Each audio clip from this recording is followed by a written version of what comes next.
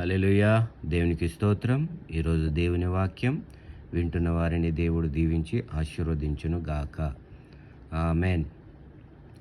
అక్కడ నుండి అబ్రహాము దక్షిణ దేశమునకు తరలిపోయి కాదేశుకును షూరుకును మధ్య ప్రదేశంలో నివసించి గేరారులో కొన్నాళ్ళు ఉండెను. అప్పుడు అబ్రహాము తన భార్య అయిన సారాయిను గూర్చి, ఈమె నా చెల్లెలని చెప్పెను గనుక గేరారు రాజైన అబీమెలెకు సారాను పిలిపించి తన ఇంట చేర్చుకొనెను. అయినను రాత్రివేళ దేవుడు స్వప్నమందు అబీమెలెకు నొద్దకు వచ్చి, నీవు నీ ఇంట చేర్చుకొనిన స్త్రీ ఒక పురుషునికి భార్య గనుక ఆమె నిమిత్తము నీవు చచ్చినవాడవు సుమా అని చెప్పెను. అయితే అబీమెలెకు ఆమెతో పోలేదు అని చెప్పెను.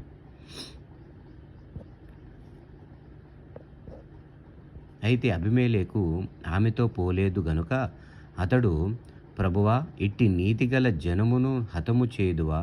ఈమె నా చెల్లెలని అతడు నాతో చెప్పలేదా? మరియు ఆమె కూడా అతడు నా అన్న అని అనెను.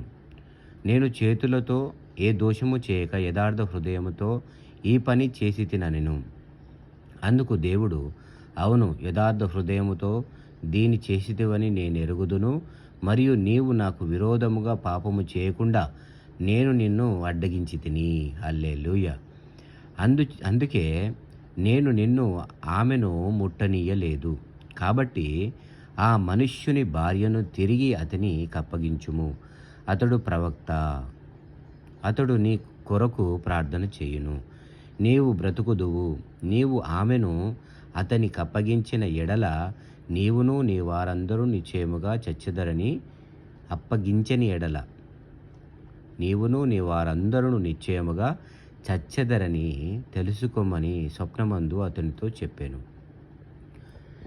తెల్లవారినప్పుడు అబీమెలెకు లేచి తన సేవకులందరినీ పిలిపించి ఈ సంగతులన్నీ వారికి వినిపించినప్పుడు ఆ మనుష్యులు మిగుల భయపడి అబీమెలెకు అబ్రహామును పిలిపించి, నీవు మాకు చేసిన పని ఏమిటి? నీవు నా మీదికి, నా రాజ్యం మీదికి మహాపాతకము తెప్పించినట్లు నేను నీ ఎడల చేసిన పాపమేమిటి?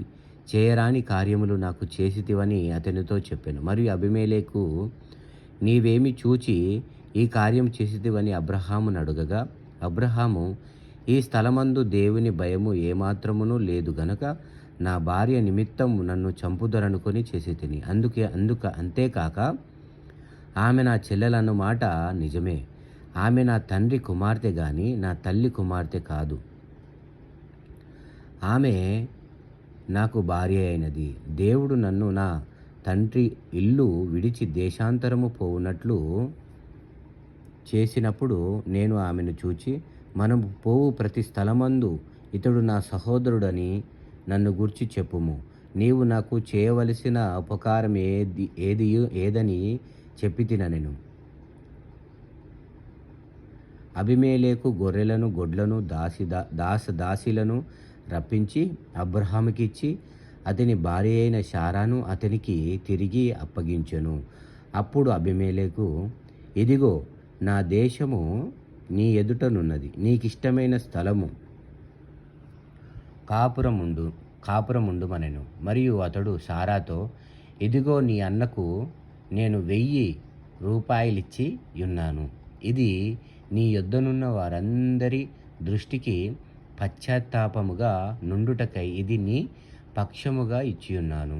ఈ విషయమంతటిలో నీకు న్యాయము తీరిపోయినదనెను. అబ్రహాము దేవుని ప్రార్థింపగా దేవుడు అబీమెలెకును అతని భార్యను అతని దాసీలను బాగు చేసెను. వారు పిల్లలు కనిరి. ఏలయనగా అబ్రహాము భార్య అయిన శారాను బట్టి దేవుడు అబీమెలెకు ఇంటిలో ప్రతి గర్భమును మూసియుండెను. హల్లెలూయా. దేవునికి స్తోత్రం.